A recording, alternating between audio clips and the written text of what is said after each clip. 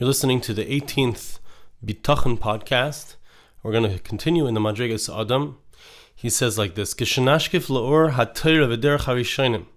when we look with the light of the Torah and the path of the earlier generations, and we see where we are holding in our generation, there's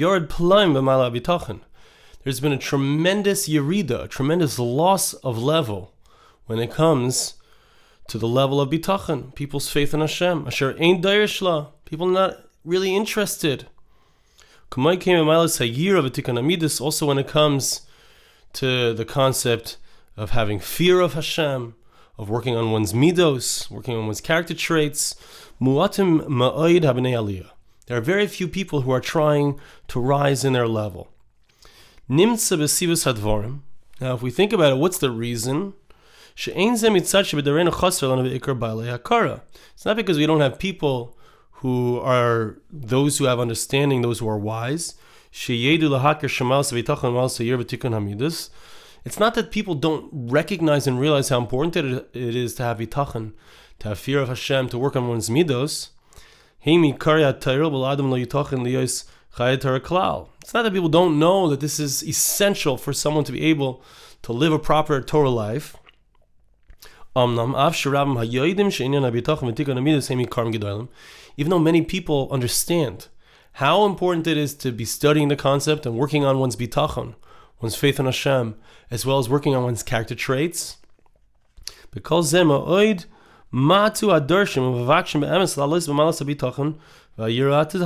very few people who are working on it, who are trying to truly rise in their level of their bitachon, of their faith in Hashem, and their pure fear of Hashem, pure awe of Hashem.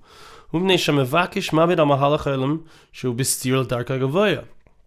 because the person who is searching for greatness, so that person thinks, he looks at the world, he looks at the way that the world is going, and he thinks that it's a contradiction to his very lofty way. He thinks, look, I can't, you have to live in the world. There's no question about that. You got to be part of the world. You have to interact with people. You have to go out there. You have to, you have to be part of the world. But that's a complete contradiction to living with bitachon.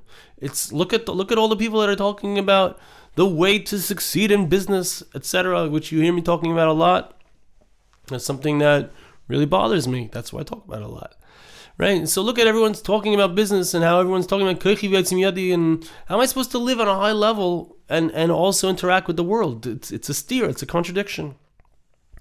Liftar al yada shelas hachaim shalei ba'ofen shei muftach af be'asid b'chaimer u'beruach. Look, you kind of have like two choices. Either I go with the Torah's way, and I say the Torah is going to answer all of my questions. The Torah is going to take care of all of my needs, whether it's through bitachon, having faith in Hashem, I'm going to have parnas, I'm going to have livelihood, whether it's whatever problems I might have, whatever issues I may face. Either I can go with the way of the Torah, or I can say, look, I'm going to go the way of the world. It's going to, and those are my two possibilities, both in regards to my physical, my material sustenance, my material existence, as well as my spiritual. A person sees themselves in a very difficult quandary. How can a person continue to remain at a high level? How can a person have bitachon? Right? What are my choices? Right? The Alter is telling us, don't think so much about tomorrow. Don't get so involved. Worry about today. Even that, don't worry about. Have bitachon, right? So what if I don't think about tomorrow? If I just completely divorce my mind, divorce my thinking from all the things that might stop me from even learning, let's say, tomorrow, and not allow myself to even stray a little bit from the path which I know to be correct, and I say to myself, look, I don't know if I can give myself over completely to the Torah. The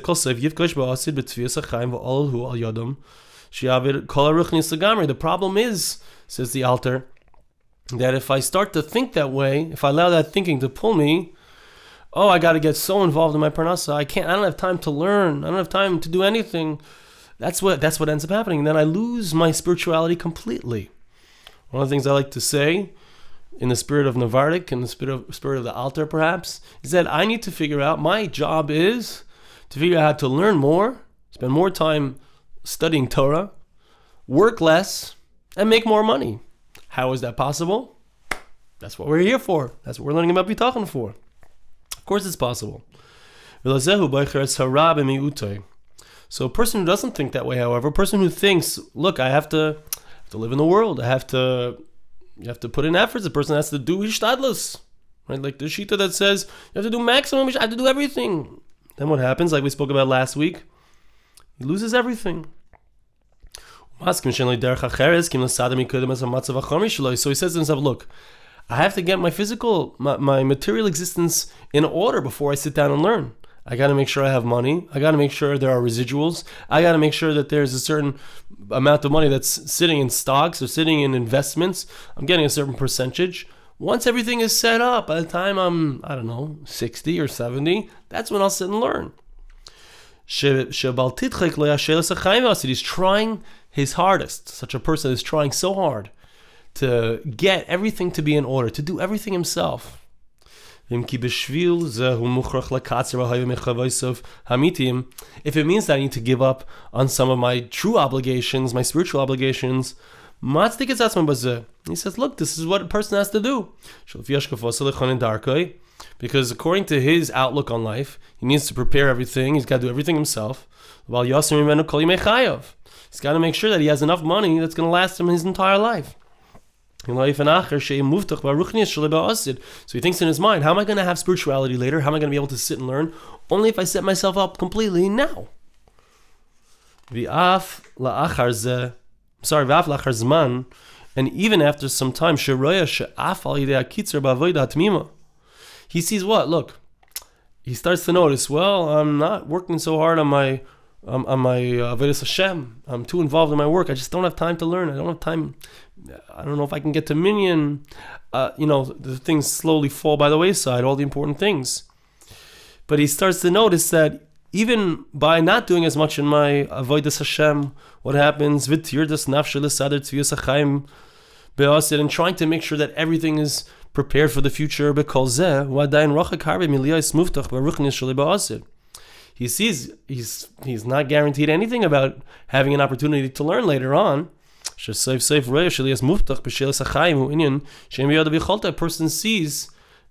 person has real life experience, so you catch on quickly that when I try to do everything myself, when I try to guarantee my future, when I try to guarantee my present myself, it's just not possible. He's going to end up anyway having to calm himself down and thinking, look, everything is in the hands of heaven. HaKadosh Baruch Hu is in charge of my parnasa, even though now he's doing everything. So what happens is he ends up, he's doing every effort. He sees it's not working. He says, oh, it's HaKadosh Baruch Hu anyway. He changes his mind every minute, every hour. So sometimes he decides in his mind, you know what, I'm going to give myself over completely to the Torah. And I'm going to give myself over whatever Hashem decides for me, whatever Hashem decrees upon me, whatever He's geyser, that's what I'm going to go with that. The moment that he gets into a challenge, into a difficulty, he says, look, I can't do it this way. It's not, Hashem is not doing it the way I want it. And all of a sudden, that's it. It's too hard for me. Such a person cannot consistently stay attached to the higher path. And he has no choice but to be worried. Look, it's not working. My bitachon isn't really working so well. He's got to worry what's going to be in the future. And he keeps coming back. Oh, I gotta worry about the future because I need to be able to learn later. To make sure that he doesn't lose whatever he already has, whatever spirituality he has. However, as that little challenge goes away, when, I'm not sure exactly what this phrase means, you'll excuse me, but when the Ganav doesn't have anything to steal, So he calms down. He doesn't need to steal right now. He's got the money in his pocket. He succeeded in doing the big heist. He stole the big money. Now he's got the money in his pocket. Interesting, he refers to the person as a ganav. He's trying to do something which isn't really, he's trying to take the credit for himself. He's like, look, I'm okay now. I'm good. Right? That person starts to think, oh, I really should be learning again. I really should be sitting in the base medrash. Then he's saying, oh man, I got to become a greater person. I need to reach that high level. And I should go in the ways of the previous generations. So when HaKadosh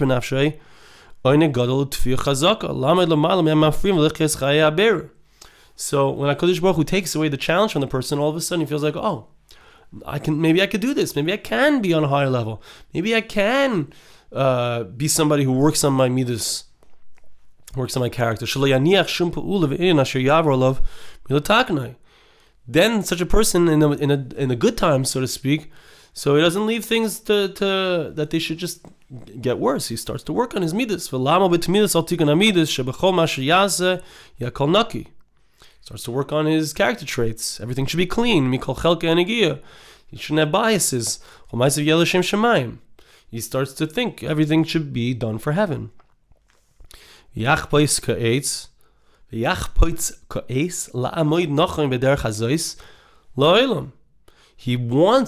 be able to stay on this level forever and to solve all of his challenges of life only based on this very high level of bitachon. He doesn't really have the power to be able to withstand a true challenge. He says an amazing thing. I don't think we're going to have time to get into farther beyond this. But he says an amazing thing, that when the person has the challenge, so all of his recognition, all of his spiritual acquisitions, all of his intellectual knowledge, it melts. And his desires. And then as soon as the challenge comes, then he says, I don't know, do I have bitachon? Do I not have bitachon? Does it really work? It worked for me yesterday, it worked for me last week, is it going to work for me today? He says to himself, I can't choose the which is the right path for me. This is how the person is his entire life. He's not consistent. He doesn't stay in his path. One time he's this way, one time he's that way. And it's not because he doesn't have an understanding, but rather it's after that the person has already made a decision in his mind to live a spiritual life. When the challenge comes, so his heart is switched. He loses his commitment. And he doesn't have the ability. He doesn't gather together the strength in order to stand against it. Okay, so he's going to speak more about this, and Mr. Hashem we'll see it next time in the next Bitachon podcast. But it's important to know that this is the path when it comes to Bitachon, when it comes to our service of Hashem. It's true not just in Bitachon, it's true in all aspects of our service of HaKadosh Baruch Hu.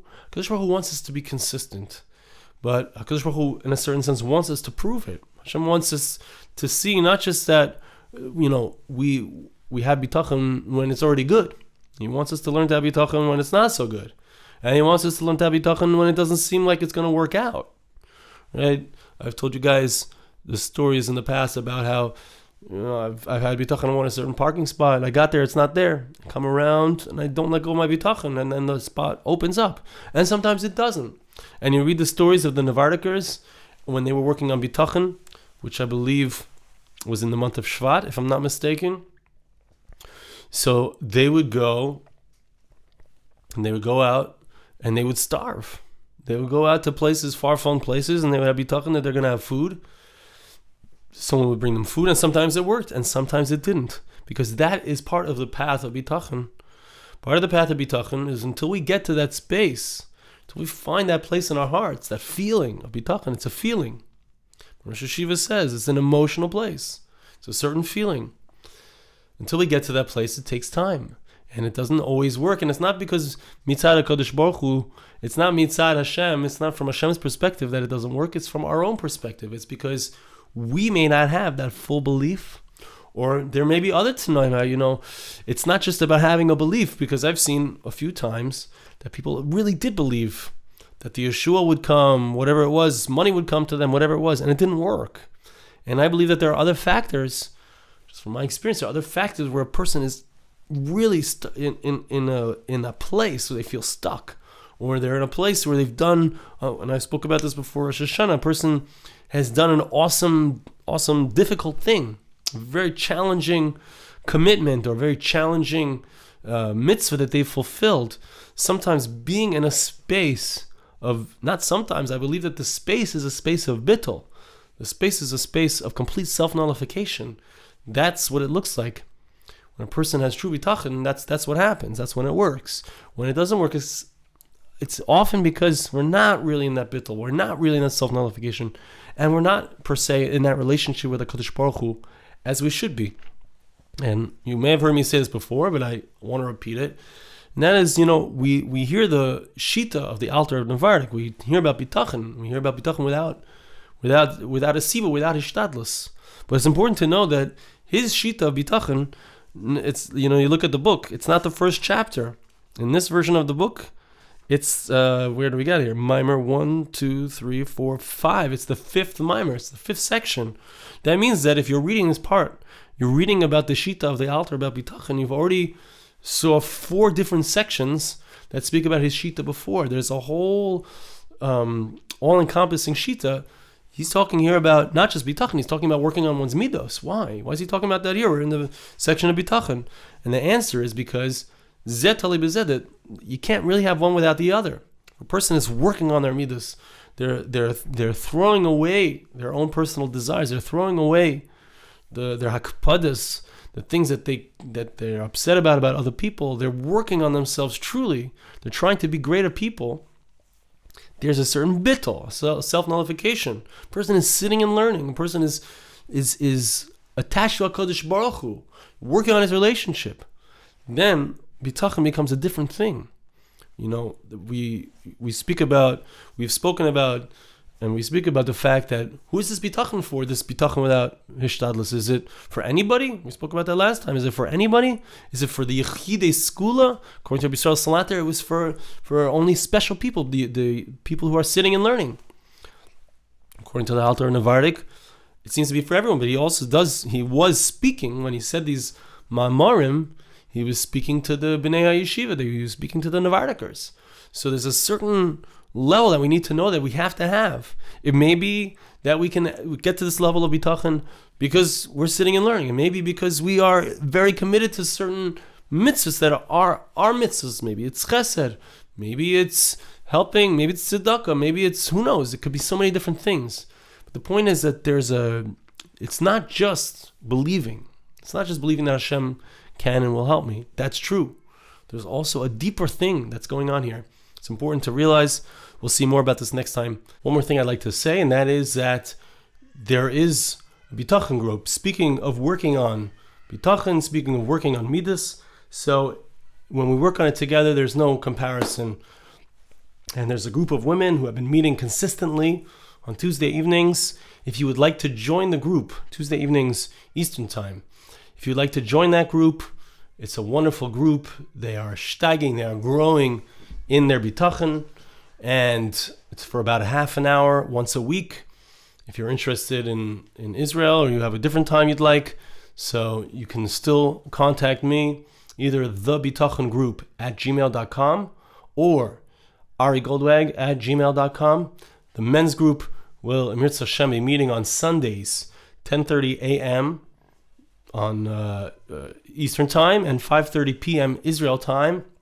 If you're interested in that, please contact thebitachongroup@gmail.com, which is me, or arigoldwag@gmail.com, and I hope to see you there. Thank you so much for listening.